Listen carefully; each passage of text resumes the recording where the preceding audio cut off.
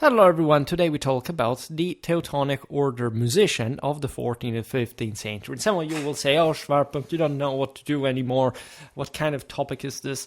Well, technically the topic is extracted by the cycle and I just conform myself through traditional ritual and performing that as a proper vessel of the Imperium.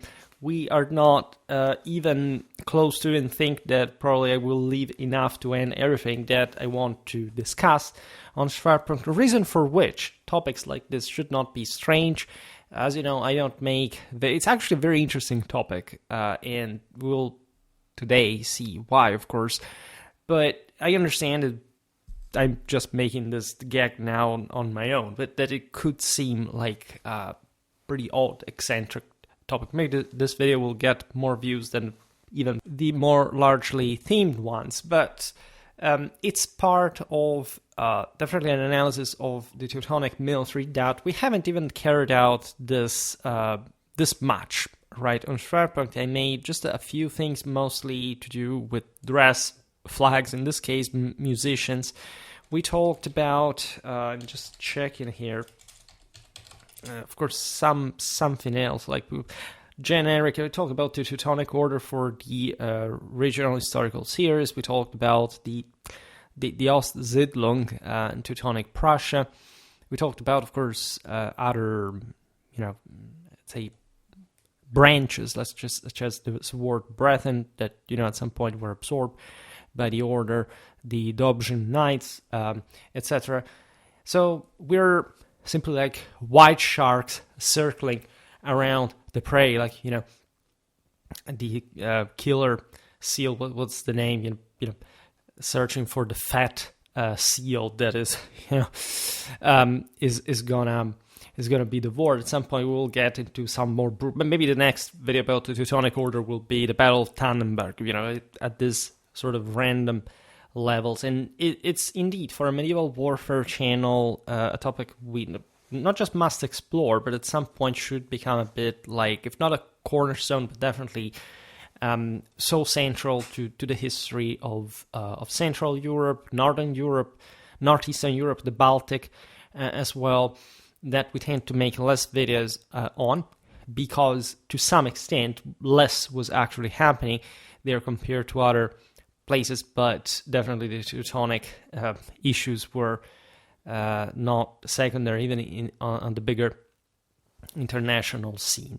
Now, a very small introduction to the reasons why you want to learn about military music. Made lots of videos actually about different musically themed, specifically military musically themed topics, especially in the early days of Schwerpunkt. I have a musical collection that is proper music, but I have 7, and with this one, 8 videos about proper military music, like the early Imperial Roma Einator, the Meteran I Tabla Alem, there is the Ottoman Greater Military Drum and Banner Orchestra, the Roman Army sound signals in musical instruments, the tuba, cornum, bucina, the litus. We talked about the anthropology of discipline connected in early modern warfare, about that, trumpets and drum, the celestial as well as the earthly dimension of music, medieval Islamic military music from the Jahiliyyah to the Ottomans. We talked about Celtic totemic animals, including discussing the Carnix, that is in that sense even more musically themed. We talked about even the medieval Western European trumpeter of the 12th to 13th century. So we have already articulated in some of these videos the highlights of particular aspects of this discipline that I don't think is studied enough, right? Especially there is a bias that even transpires to, say, some of the choices here. There is the notion that the Eastern world, especially the Middle East, the Ottomans in particular, but going back in time, I don't know, the drummers of Suren at the Battle of Carrhae had a greater musical tradition than the West. This is actually true, and there are specific reasons why that is the case. Also, most modern military instruments in the Western world that took over the globe are actually directly descending from the Turkish wars and this sort of osmosis that occurred with the Ottomans. And the impression is, look at the Ottomans, that were the first, as I also made a video on that I was discussing before, to have proper, neatly outlined military bands, units, et similia. And the notion is that the West had less of this, right? And part of the reason why this is a mistake is not just the fact, as we'll explain now, that it actually started, even more specifically, 13th century German context, where music in major feudal battles in Central Europe were, for example, an enormous deal, right? But a bit the modernizing and secularizing notions of the West that we constantly point out, say of the West in the sense, not just in the West, as you know, I think that this is pretty transcultural. It happens always across the world, where it's a internal modernistic and secularistic deviation to think that there are traditional countries in the world, regardless of what they claim or they wish for, telling the truth, and that there is actually much greater tradition in the West than we realize. And that's always a bit the same problem. So when we look at Western European warfare, we tend to think, especially in the Middle Ages, the ancient era, and so when also we can more scarcely document things, that after all, military music wasn't this important, right? And one of the reasons why we didn't quite arrive to that is that aside from a certain analysis of imagery, right, and often connected still also with technical and, in fact, technological material history studies, there would be a religious one, right? Say music was not intended in the way we simply do today. I think that in the Byzantine Empire it was ultra conservative on this. There wasn't properly such a thing like lay music, meaning that the only truly Roman imperial music had to be the ecclesiastical one, and so anything else that the Byzantine Empire was also surely rich of, at some point was also heavily influenced by, say, also the various neighbors, the Persian tradition, the European one as well, that we're very well aware of. For example, just the other day I was talking about Chrétien de Troyes, and you know that all the medieval epos and the various cycles from the Carolingian to the Arthurian one, etc., were essentially stemming from a sung tradition, that you would essentially identifying the warrior bard, but that had actually increased and extended further. First of all, we know that the Romans themselves had an important musical tradition. We know that medieval European armies really had, but for some reason, accomplice likely, again, the fact that there is a bit less information on such things, as on others, paradoxically, regardless of the fact that that medieval Western Europe is the best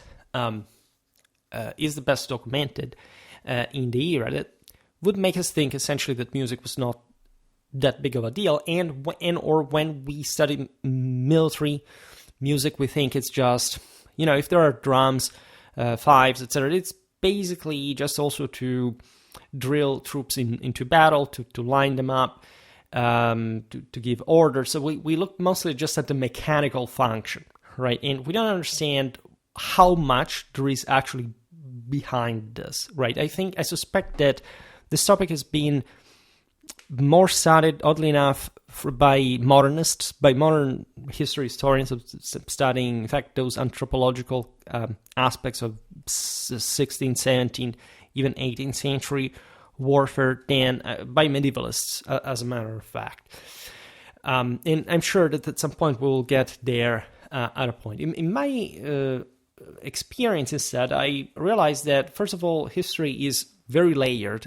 You may have silence on certain things for different reasons, but at some point, finding that source that basically as straightforwardly tells you, look, that, this is basically, this is so normal for us to talk, for example, about the role, even probably the visual, not just the musical role of musical instruments, essentially in a spiritual fashion, in one that was seen as, for example, one with the army, something that reflected its spirit. Consider, for example, the Khwarezmians, to go a bit in the east. still were, regardless of the Turkic influence, still very much traditional regarding the Indo-European legacy of considering it's a mix, because from one side you have Middle Eastern influences where the drum becomes the symbol of power. You know that the Nakara Kana were essentially these specific military bands that in Islam that is an iconic and sort of in the sense a relatively more abstract in terms of representation, were sort of more and better conceptualized as a display of power as opposed to visual ones. This actually stemmed from Middle Eastern and Central Asian practices that you see in ancient armies, of coming especially from the steppes, where you had to drill enormous amount of fairly disordered horse archers in particular, and so you had to have an overarching approach on these subjects at the end of the day, because if you were the elite who controlled them, you were basically the steppe warlord that had expoliated these estates that were not just fighting for you as some sort of serfs. The Khwarezmians had adapted part of that, but still maintained the golden glory of Aryan victory. Its magnificent sort of wing tradition was also a Persian thing at the same time. So there are always these Apollonian and Dionysian elements, but Dionysian, especially in the drum, that, as you know, is stimulates a phrenesis. It was something that Indo-Europeans, in fact, used themselves. Tacitus even talked about this, etc. For the Germans. The steppe is close, and the Khwarezmians basically had this ritual in which it was a huge drum over a chair, transported like in the classical iconography by victory, right? And instead of the hero on the chariot, there was actually a big drum, and not only around this drum, there were smaller drums played by the princes, say the allied / prisoner princes, say hostages of subjected peoples. They had to play the smaller drums in function of, say, to exalt the absolute glory of the bigger drum that naturally symbolized the Khwarezmian spirit, right? And I worked, especially, as you know, with the Battle of Markfeld of 1278, and there is a beautiful passage by what is essentially the Austrian Dante, right? Ottokar Ausdagald, that is basically like he was the son of ministerialis that had of a family that had participated to the battle, and this guy was actually sick, so was a weakling, and he could not really become a knight, but he had evidently, in this sense, developed instead a great, an incredible artistic sensitivity, and he had heard all the stories of the battles, and he wrote the famous Styrian rhymed chronicle. Most people just know, because today we talk about the Teutonic Knights, the Livonian rhymed chronicle. Once I talked to a very famous professor of asking him from of the Baltic Crusades, William Urban, by the way, and at the time there were sort of very interesting implications also, but I managed to talk with the venerable William Urban about my sentimental problem at the time, as I had been heartbroken by, as you know, this story, if you go back in the years, by a Serbian archaeologist, and she was, he talked to me about another researcher at his faculty that was going through divorce. I mean, this guy, what do historians talk about when they actually, of course, it was a brief exchange, nothing. So, but it did just a testament also to the nicety of Professor Orban, that is one of, in fact, of the most distinguished researchers, if not the greatest, like in Baltic, the Baltic Crusade warfare. Like, he really won many awards. Like, it's a great, great figure at the Monmouth College, the University of Kansas. And we sort of gaffed a bit each other in the sense that he told me, look, he said the rhymed chronicle, because it's a bit related to the Livonian one for the Baltic, that he just named it this way. There is an instance. I was asking him about infantry wings, my usual thing. And I told him, yes, I also found that, because I found the thing in a passage that was talking about actually the Baltic Crusades in the Styrian rhymed chronicle, that I'm sure maybe he would have known as well, but we were thinking two different things. I failed because I didn't think of the Livonian Chronicles. He failed because he didn't think of the Styrian one. But we also probably shared something meaningful in that regard. And in this Styrian Rhyme Chronicle, there is a beautiful passage of the Battle of Markfield where there is probably a description of a huge drum that... I'm paraphrasing, but the source says literally like was essentially driving the whole army. Like this was when they were lining up the battles for the clash, and he makes also a description of many smaller fives, this kind of mostly blow instruments, and also smaller drums, etc., that were working all together in these phases of lining up, of formation, deployment, etc. And when you read that, because this is a sort of surface, you hardly find a knightly mindset, right? As as Ottokar would have sort of absorbed from his family, that tells you so many because this is in vernacular, by the way, and that's the beauty of it. That actually tells you this kind of details, right? If you read all the sources on the Battle of Markfield, they're mostly chronicles by mendicant orders that are more or less the official version of the story. This thing is a tapestry instead of color figures, etc. And when you realize that we hardly ever have something like the Livonian, also lapsus again, the Styrian, also the Livonian for that matter, Rhyme Chronicle, you realize that there is literally a universe beyond this, and not just in terms, for example, of military music, but also in some aspects of morality, of chivalry, etc., that most scholars studying would get from the most famous, in fact, chronicles of the... as you know, I have a great passion for chronicles, but mostly we're talking chronicles from, say, the major Western feudal monarchs of the 12th, 13th centuries, and everything ends, right? And I'm talking specifically England and France at the end of the day. So all the rest remains a bit absconditum. Nevertheless, those lines gave me the pretty marked picture that if we were like to compare there an Ottoman army and the one that would have formed, and this one, like which is basically like the German imperial one. Of course, they would have been different, and they would have come, in fact, also from different musical traditions. They were simply different armies. We know that all too well.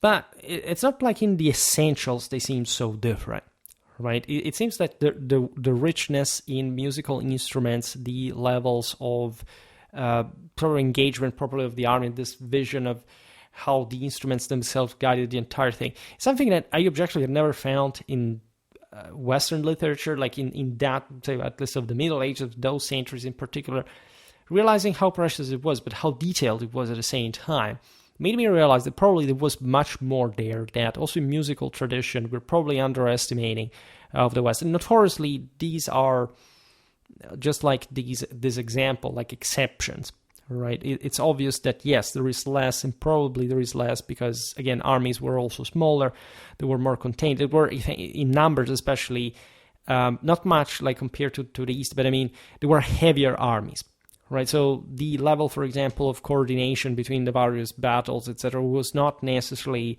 so complicated as to, I don't know, double enveloping maneuvers, feigned retreats, and all this kind of stuff, like, I don't know, in a Mongol army of the same period, right? So there are specific reasons why this may have been the case. For the rest, we will leave this for other videos, but it's important to at least introduce the musician of the Teutonic Order in the later Middle Ages also from this perspective. Because at the end of the day, what we mostly remember about the Teutonic, in pop culture, about the Teutonic, the Ordenstadt sort of appearance, literal appearance into battle, is the organ laid in the middle of the battlefield before the clash to spur, like, in order to play and sing along with Marian hymns, right, that were, as you know, the Ordenstadt was dedicated to the Virgin. And so boosting the Teutonic morale and confidence and faith, right, and excitement in that sort of bloodthirsty Teutonic fashion. And it is actually so beautiful if you think about it. These things were probably not so unique to the Teutonic Order. I mean, whenever you get into the depths of it, of course, the Teutonic Order was very well organized. As you know, the same polity in itself was, as an ecclesiastical state, a much more efficient and compact one than, say, a lay power, including the ones that became vassals of the same order. When you, however, provide different examples, you realize that, of course, a Teutonic army would have also had pretty much the same practical, technical needs of any other, say, Western army at that point regarding signals, music, whatever, for a broader set of purposes. So today I simply gathered some information from scattered sources. We will see later what we're talking about. About the context, you really know everything is needed. Like the Teutonic Knights, officially the Order of Brothers of the German House of St. Mary in Jerusalem, because that's where they had been born, were founded in the late 12th century and later became a significant force in, first actually in Central Europe, in Transylvania, because they were initially, as you know, settled by the King of Hungary, that, however, to shield essentially the eastern flank of the crown from steppes intruders. But the Teutonic Knights became so efficient at creating a local state that at least the Magyars understood in time they had to expel them, and against the threat of force, by the way. A lesson that was not learned by the Poles, that were a bit more desperate with the Prussians in the northeast. They couldn't tame this still pre-Christian people.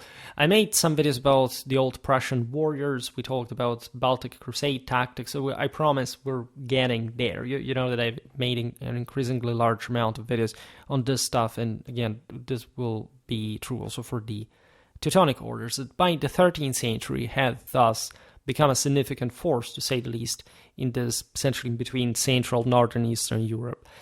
Their military campaigns, particularly during the Northern Crusades, required robust communication systems, which immediately points to an important level of signaling that we don't talk much about for the Middle Ages. It was actually quite very advanced. Like the Romans had basically the same things that the medievals used.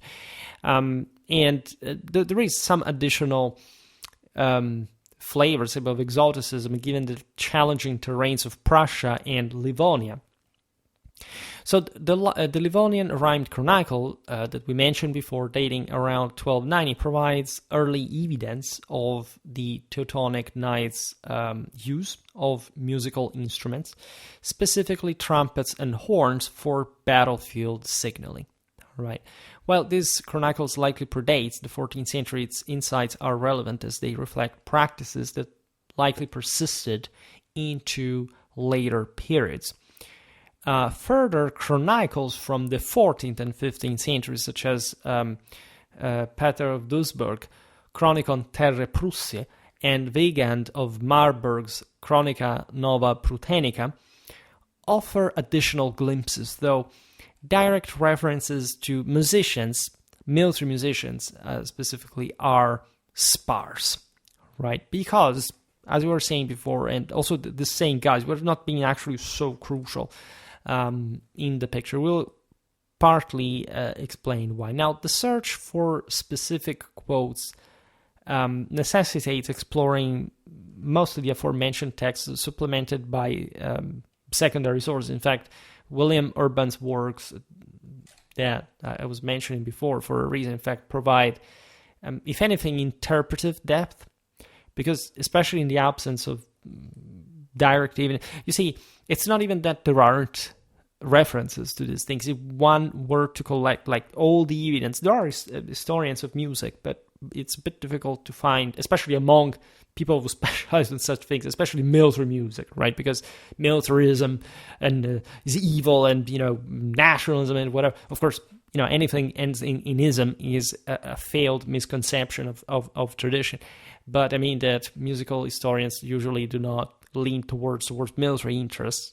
But of course, if one could digitalize all medieval, say, European sort of anything talking about the Teutonic Order specifically, would easily find a much more extensive amount of information. Probably when we will digitalize enough stuff, we're very far from that actually, because even sometimes you have AI that's super smart for certain things, for others like not even being able to correctly scan and digitalize some text. But of course, it's just because you don't program it to do something like that. But at some point, we could simply fish all the information like that, right? And in some parts, it's also useful. The critical analysis is something a bit more complicated.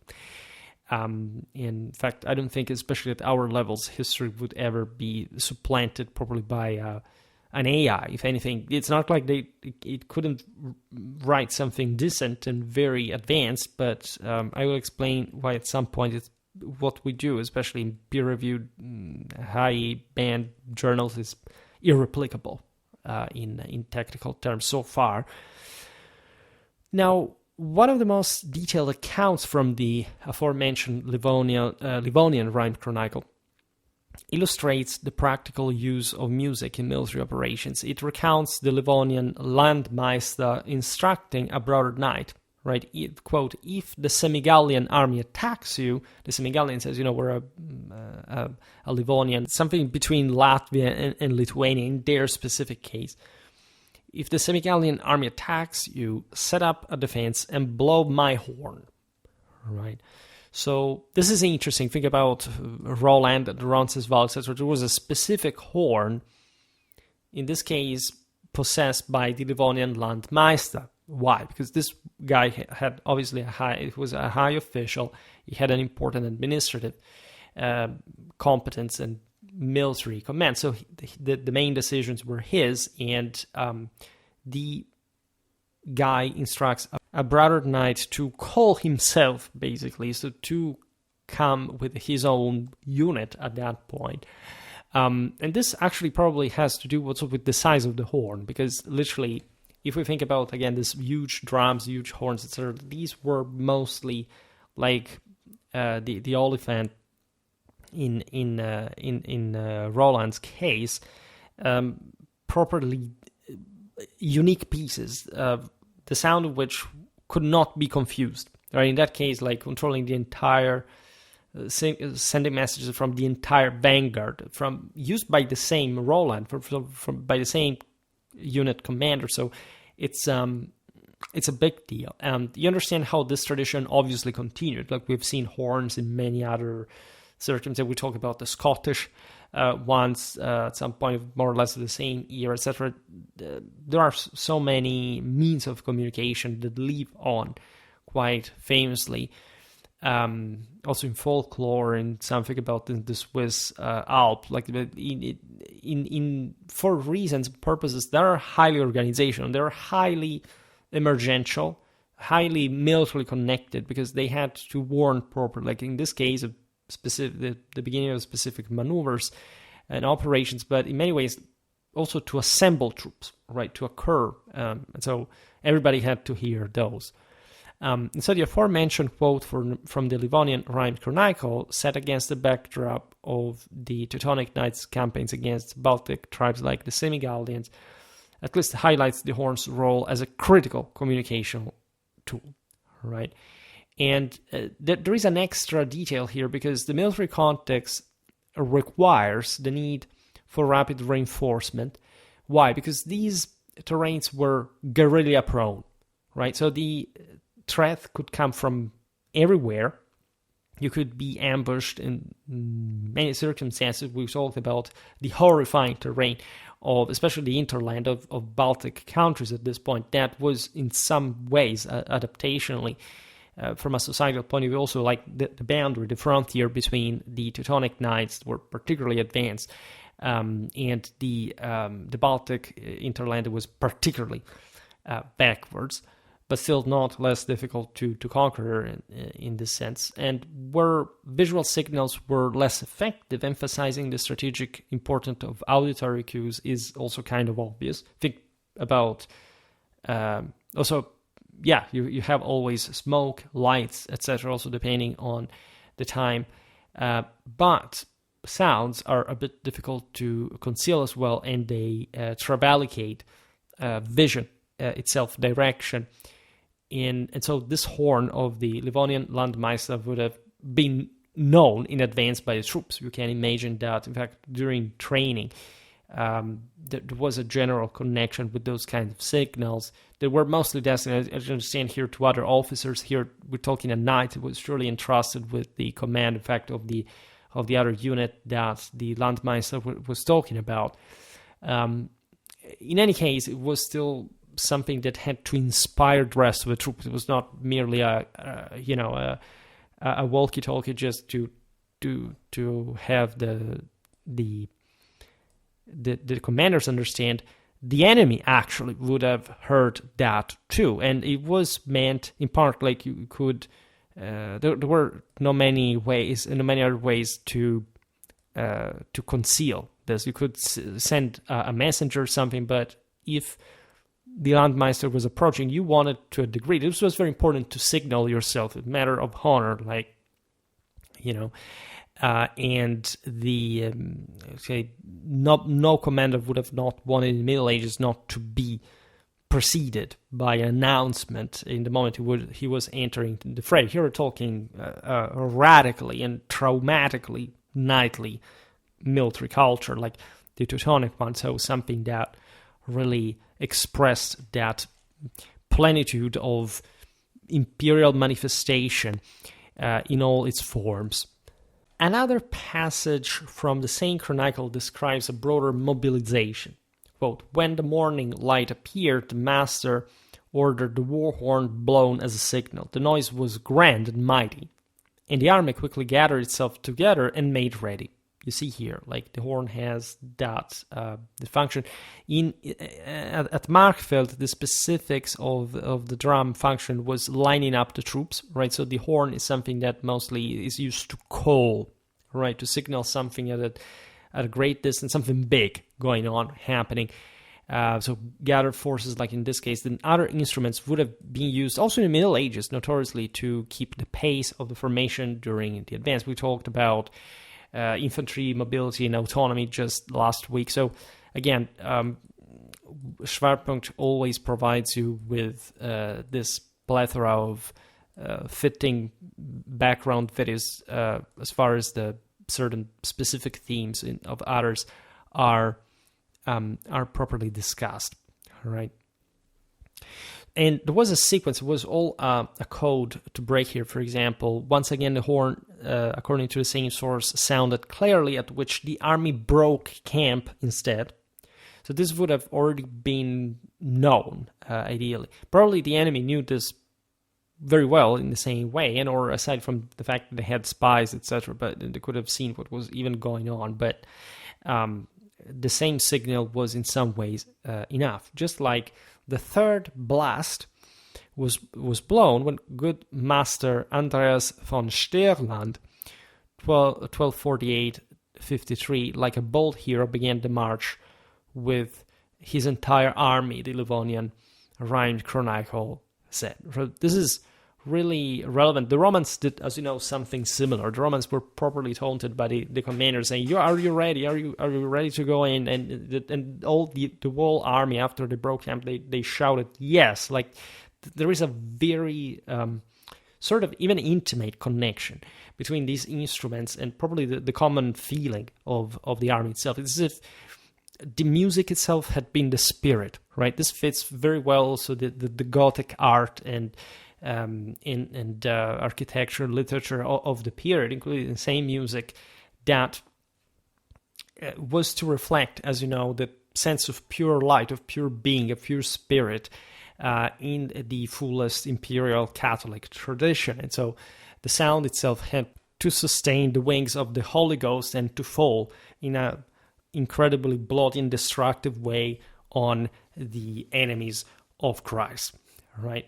This sequence underscores the structured use of musical signals to coordinate troop movements, reflecting the order's disciplined approach to warfare that would have continued also in the later centuries. As they were facing larger adversaries like Lithuania, but also Poland for that matter. We talked about Lithuanian warfare, important enough. We will surely come back on that soon. But this was, as we were saying before, just also for all those who think that basically just crusades were wars of the religion and this other nonsense. All wars were of religion. It doesn't even take to distinguish them from others, right? Consider the Marian hymns, right, understood as properly the eulogium to the soul of chivalry. The other day I made a video about Erech et Enida that explains who that woman was, who the Virgin Mary is, right? In the wake of the broader archetypal symbol since Indo-European tradition, it's literally the transfigured soul of the hero, right, that manages to tame and possess the telluric forces of evil to essentially be the same generator, the same bringing back into the most splendid form, regenerated, redeemed one brings the soul to heaven, right? This is what the knight, that's how even just Roland that we talked about before, after having had it basically his own head explode by blowing the Oliphant, cries for his own sword that was to symbolize the soul of chivalry and the real archetypal woman that he really loved. Why he doesn't think about his actual woman at home that was crying knowing that he was dying at Roncesvalles, right? So it's really, this is fitting because, as you know, the Teutonic Knights were to be chaste. There was all a sense of monastic spiritual rigidity in the order, which was all one with the brutal discipline with which these Germans efficiently exterminated large amounts of people on a regular basis. It's also like not the Baltics were particularly acute and sensitive people. Like they cooked Teutonic Knights alive inside their own armor. So this little expressions of care and affection in intercultural exchange.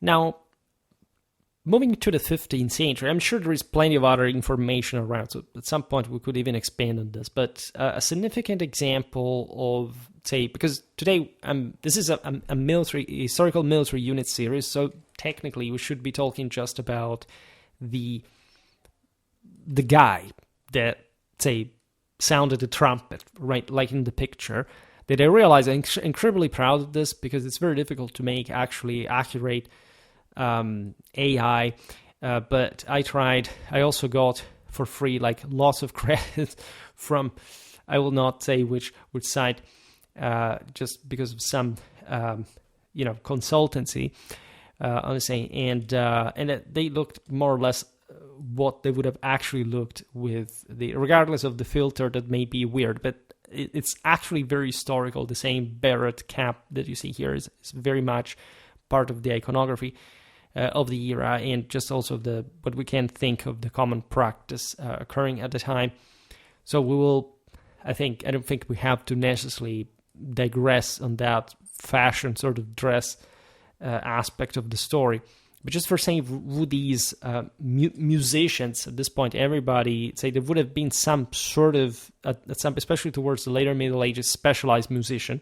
That towards the later Middle Ages, the various lances, the way various men-at-arms commanded units are organized, include ever more specialized individuals, right? And of course, the musician was not one of those in the combat function, but aside the fact that they could be, instruments were there anyway. There were specific people who were tasked with that, and were probably also with that function, and they were also probably fairly skilled.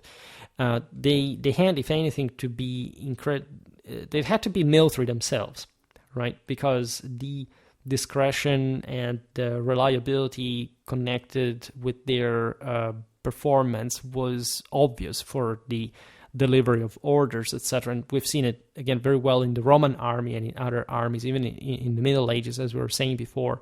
There's really nothing strange about just we do not know too much more about this. And I was citing before the Battle of Tannenberg, the Battle of Grunwald of 1410, so one of the most important clashes in the history of the region, not just in medieval history, as well as one of the largest, in fact, in the Europe of the millennium. The historian William Urban notes that Ulrich von Jungingen's Teutonic Order troops sang, quote, "Christ is erstanden." Right, so this is basically described by the scholar as their anthem, right? And of course, there would be some like what is an official hymn and how does it work? Of course, the translation of Christ ist erstanden means Christ is risen, and it is powerfully, of course, displayed by the crosses brought to battle against the enemies at this point, not just other non-Christians, as a matter of fact. And so there is a deep motivation in sense always of God's favor due to the imperial power bestowed by the divinity on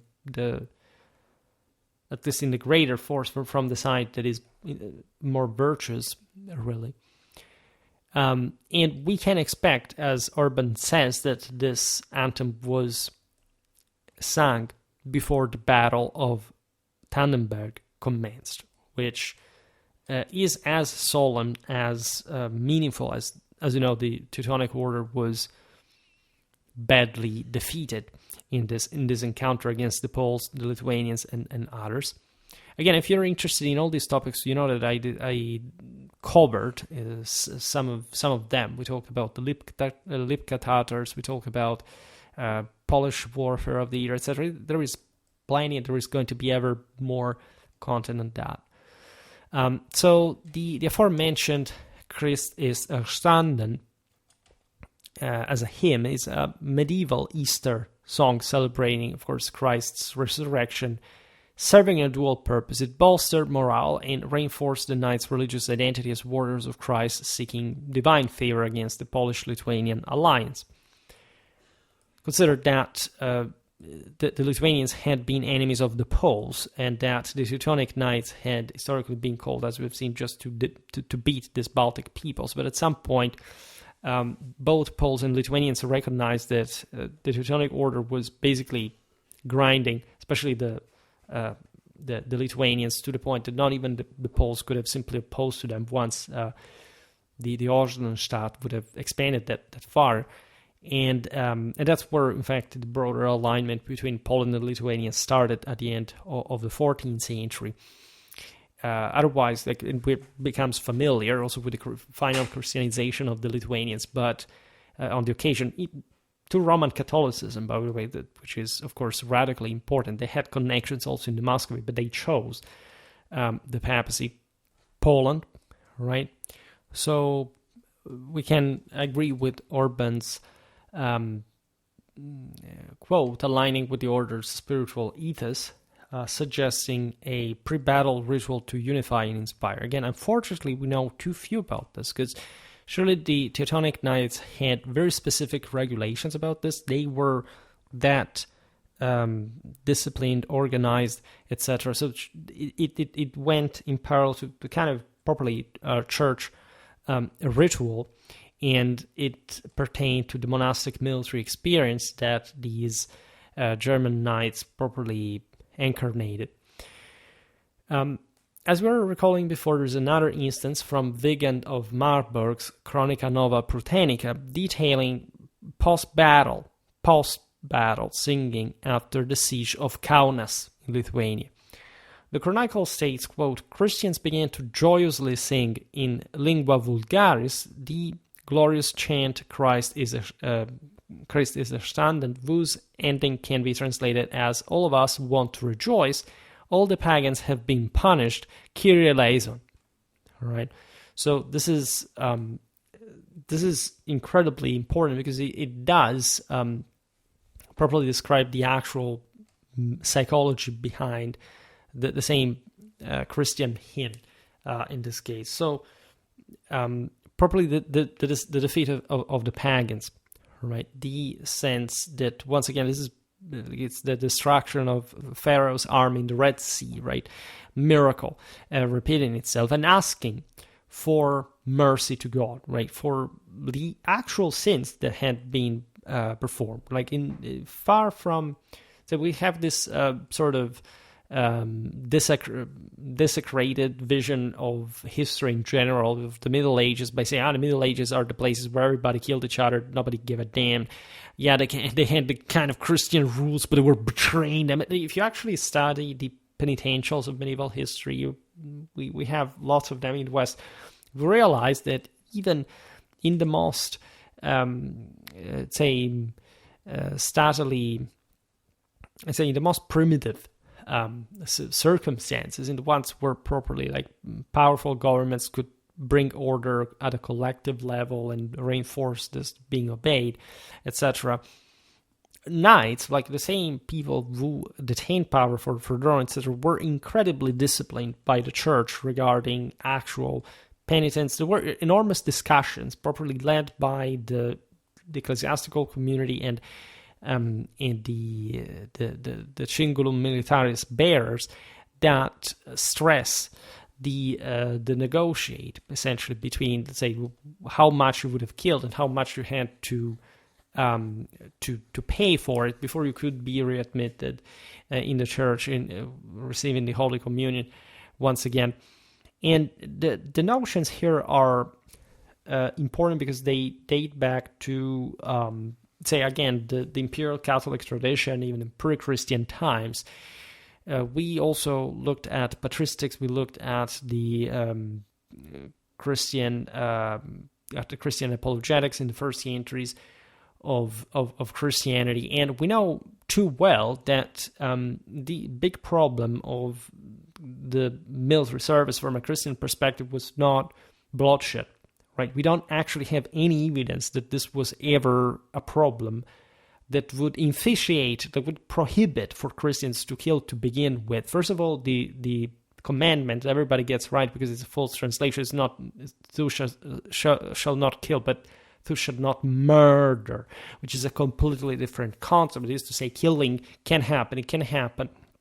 For some reasons, it's always going to be sin, but there may be circumstances in which on earth, because of original sin, you cannot basically achieve a certain good without sinning at the same time. And the hope is that, which was the one that was cultivated, in fact, also in pre-Christian times, in the great Catholic tradition, that by defeating an enemy in battle, you would actually be able to surpass yourself and to do good in the broader world order to basically acquire a redeeming capacity. And so basically not killing, not having properly lost, burned, created an holocaust of the enemy without possibility of redemption, etc., but actually augmented the same life and again, say for someone you kill, others can live, for example.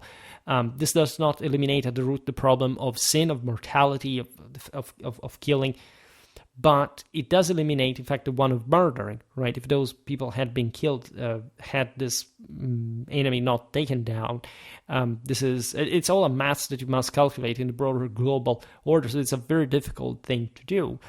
But definitely knights were very much into this order of ideas, and as we've seen before, there was a very strongly chivalric principle behind this that was also always wanting set on the tracks of, I give you a chance basically to redeem, and if you don't, basically we're going to go hard on you. And this also partly explains why some, for example, Christian Baltic communities were exterminated at some point, or at least battled against by the Teutonic Knights themselves, because, for example, in some cases these peoples had converted to the last to avoid properly like having to fight, having to become the actual targets of the Teutonic Knights, not because they actually had much in favor of them, nor because they were actually hoping to really end up under their control. In fact, on a much bigger picture, like the Lithuanians converted to Christianity also too, and negotiated for a fair time, for centuries, with the papacy before doing that, because they hoped they could gain, and it would gain to some extent, in fact, papal favor, as far as, for example, the Teutonic Knights avoiding to go to harden them, of even pursuing them as a target, if there was an actual chance of these people being converted. So it's very complicated. It's politics, but it's also really a reality in many ways. So the aforementioned quote is set in this context of a victorious siege of Kaunas against the pagan Lithuanians. It reflects the hymn's use as celebratory and propagandistic tool, reinforcing the order's mission to Christianize the region.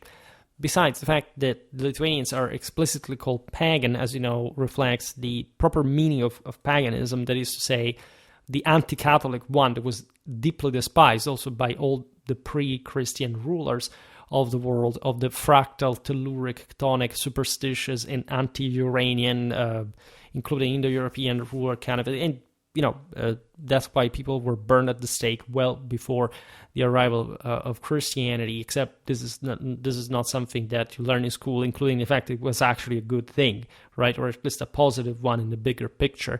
And again, if you don't get it, if you're especially in your 30s, in your 40s, you still haven't gotten it, of course, it's going to be a bit difficult to finally get it. But it's mostly like being entrapped in a set of prejudices and not properly knowing even the ABC of theological history, nor sociology for that matter, why these kind of beliefs were considered incompatible properly with a Catholic world order.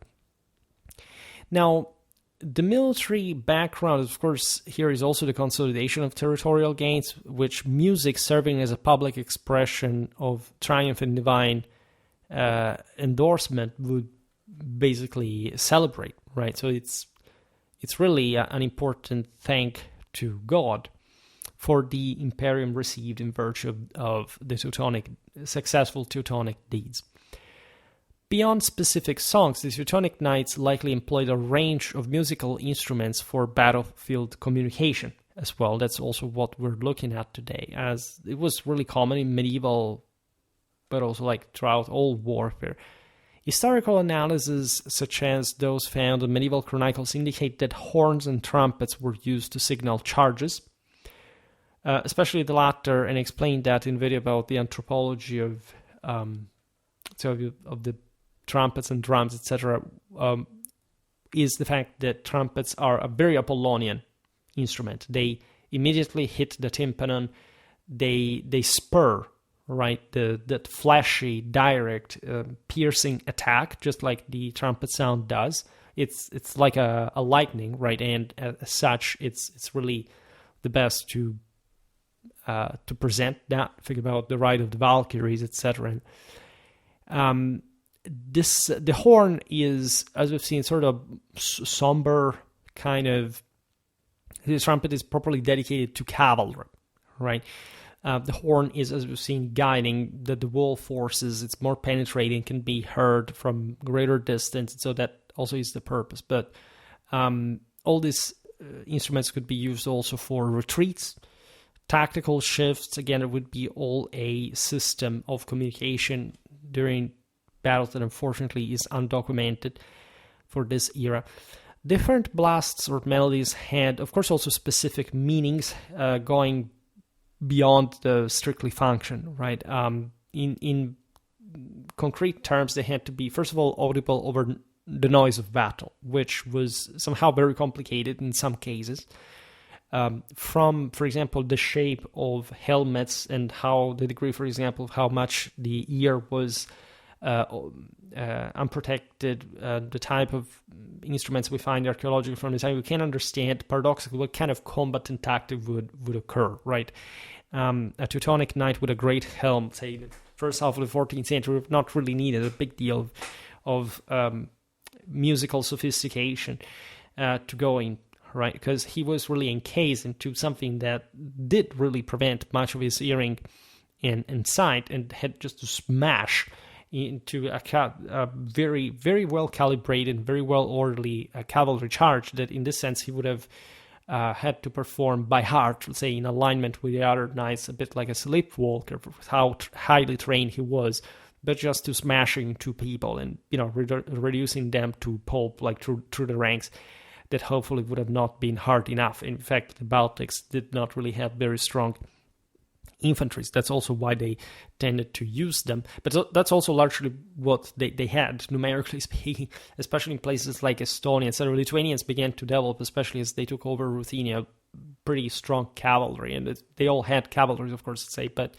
that's why they would prefer mostly like against the Teutonic knights that were heavier.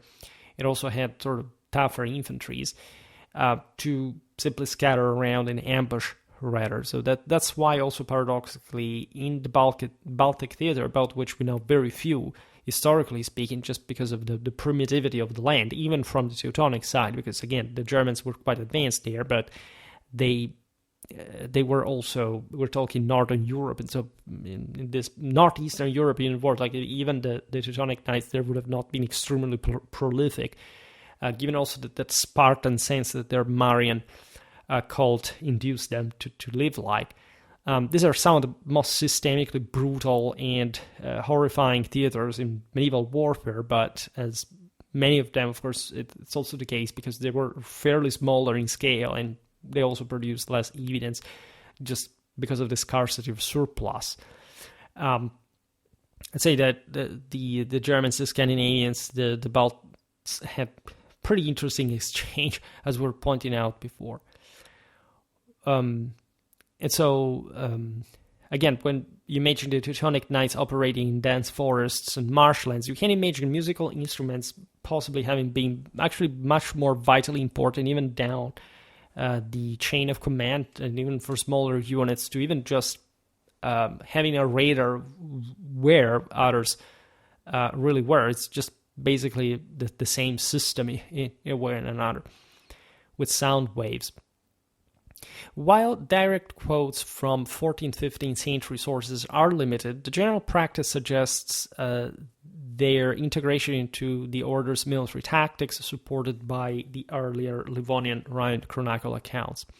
Christ ist erstanden, dating back to the 12th century, by the way, is even one of the oldest German hymns, right? And so it has this stern and sort of cold demeanor and sort of portents that would have also even more particularly fit the Teutonic lifestyle and spiritual, say, holy war adventures in the far northeast of Europe and their terrible terrains.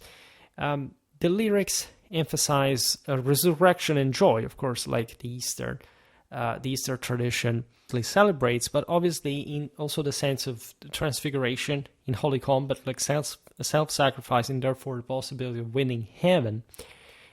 So with what would be considered an earthly death, which is even not technically how tradition would envisage this, because you would basically just disappear into the fray, or with a blaze, like ascend to heaven with a clamorous self-sacrifice. But that, however, was obviously and Christianly understood, or Catholically understood since millennia, to be the actual beginning of life, the beginning of actual life, right?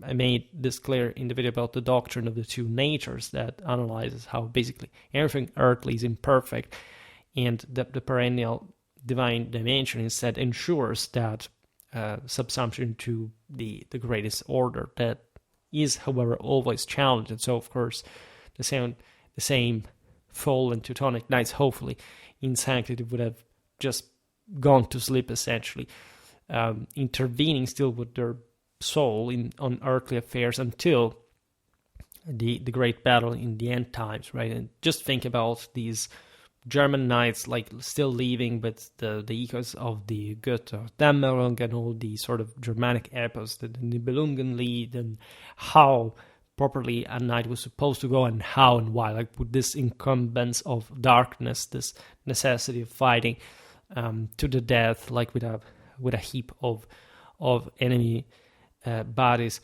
next to you, and this with this brotherly pact, like literally with the surrounding hell, like the gates of hell that shall not prevail, and drinking each other's blood to survive because of the heat, you know, in that sense, being one with something greater than yourself and divine power altogether, right?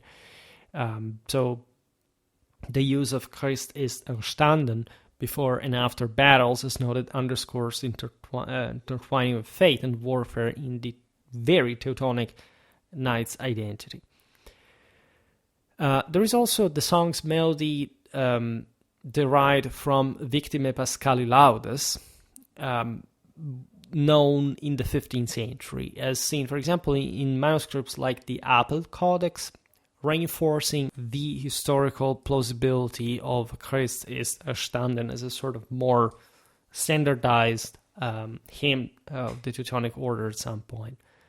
It's not even that important because, again, they may have changed it at some point. It depends really what the commander, what the ecclesiastical hierarchy would have decided at some point. But tradition, of course, doesn't simply change from a moment to another all the time, right? There is a practice, there is a continuity that in part is, of course, lost, especially with the decline of the order and the secularization of its state, etc. Now, the search for direct quotes reveal overall, like, unsurprisingly, the scarcity of explicit references in primary sources, likely due to the focus on battles and territorial expansion, rather than ancillary roles like musicians, right? Secondary sources, such as Urban's interpretations, bridge this gap, but the reliance on interference highlights the complexity of reconstructing historical practices. The controversy lies in the limited documentation that too often we highlight on Schwerpunkt, with some scholars debating the extent of musical integration, yet the evidence leans towards its significance, as we're pointing out before, especially given the order's religious character, but not only, right? There are similarities that can be drawn. For example, the Knights Templars sang psalms before battle. For example, not to us, O Lord, not to us, but to your name give the glory, for your steadfast love and faithfulness. And that is also incredibly deep, and of course, like it fits the broader tradition of monastic military orders, reflecting the aforementioned doctrine of the two natures. Probably the Templars were among the top understanders, let's say, realizing that the Holy Ghost is self-fulfilling, right? It's as if we were called to expand it further, but in virtue of itself, in virtue of the fact that no other power derives but from God, including our fallen self. So this is very, very powerful. And the case of the Psalms for the Templars suggests a shared practice among crusading orders. This is, generally speaking, supported, to an extent to other. Long think about even pop culture, how known are the Palestina Lied, Le Roi Louis, etc. For the rest, especially in a more, say, in a later, let's put it this way, period, like the ones we're discussing after Grunwald, after the siege of Marienburg, etc., the average sort of trumpeter would have looked perhaps something like that, right? There are other possible pictures one could make, but as you understand, the guy is not particularly well armored. He would have not really needed to do so. He would have accompanied the charge. He would have avoided to enter in Malay with this small equipment. As you understand, he is also represented here in a ever more official figures would have been uniformed to some extent, so that the Teutonic Knights would have paid for, say, their trumpeters looking fairly homogeneous, also to be recognizable on the field, but also, again, more representative. Like this same guy we see here may have been displayed during a parade, right? You see he has, by the way, the dagger on his side, so that was for security reasons, even protective reasons. He would have acted as a bodyguard to some extent himself. It's true that this is mostly a century of plate armor at its peak, etc. But overall, right, there is still he's still, as we were saying before, a member of probably the military, say, echelons of commanded by the order, etc. So as such, he would have had a distinguished function, right? And this really is more typical of the era. For some more specialized role, something seen as more functional at a bigger level, something more orderly, something tidier. Who was the person specifically trained for this? You could simply count on because of inverted vis function, etc. And just to do that, right? And eventually it would have been all kinds of sort of combinations on the field, depending on who these people were, because they were not simply random people. They were sometimes, I don't know, people wanted to make a career, right? Younger elements as well, that they had to prove their own sort of primigenity in terms of the fact they were unspoiled. They had to be essentially delivering through the same music that Holy Ghost were talking about before. So this is more or less the picture. And again, there are different ways one can look at such a topic, like, the musician of the Ordensstaat. But in general, this is something, as we'll see, we do out of completion, looking at also other musicians of the era. Again, we didn't make too many videos about them specifically. We will, however, do, because this content also fits some history of military dress to an extent, which is definitely connected with that history, again, of uniforms, of proto-uniforms, depending what criterion you use, and that will have essentially and gradually advanced in their historical appearance through more specifically recognizable ways. Again, this guy is just, like you could imagine, a Central Northern European herald of the time, but with specifically, like you see here, the cross of the order, some other colors that were connected with specific theological meanings, etc. Right? Then we also have relatively scarred. There were also armored musicians, for example. There were, again, all kinds, depending on the situation, how they could be equipped or not for the specific tactical, operational task. In any case, we're looking at the same needs that any other musician of the era would have experienced in such circumstances. I hope that when, again, we're going to make more videos about the Teutonic Knights, somebody will have said, well, I'm glad the Schwerpunkt made this video before, because it's sort of accompanying the main course, and it can tell also some aspect of that life. I know that most channels probably would frame the matter in terms of it's either you talk about military, or say about music or signals or whatever.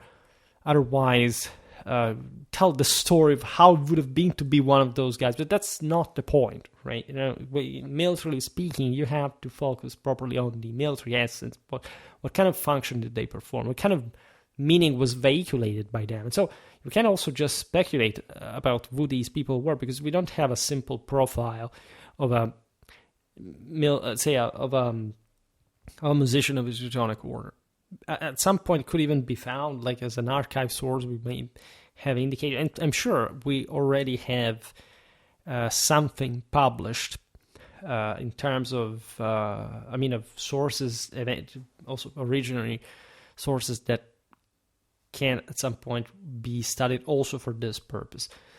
But it's just something that doesn't simply attract much attention, and that's why also this video is probably pretty unique in its kind.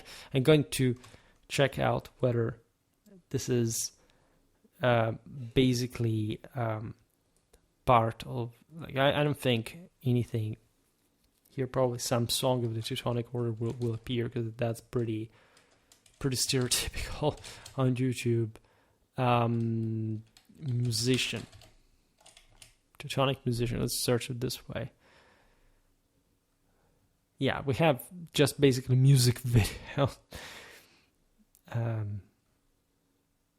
The Eisenfaust am Lanzenschaft. You have all kind of the Palestina lead, etc. Like there are, but you see, no such thing.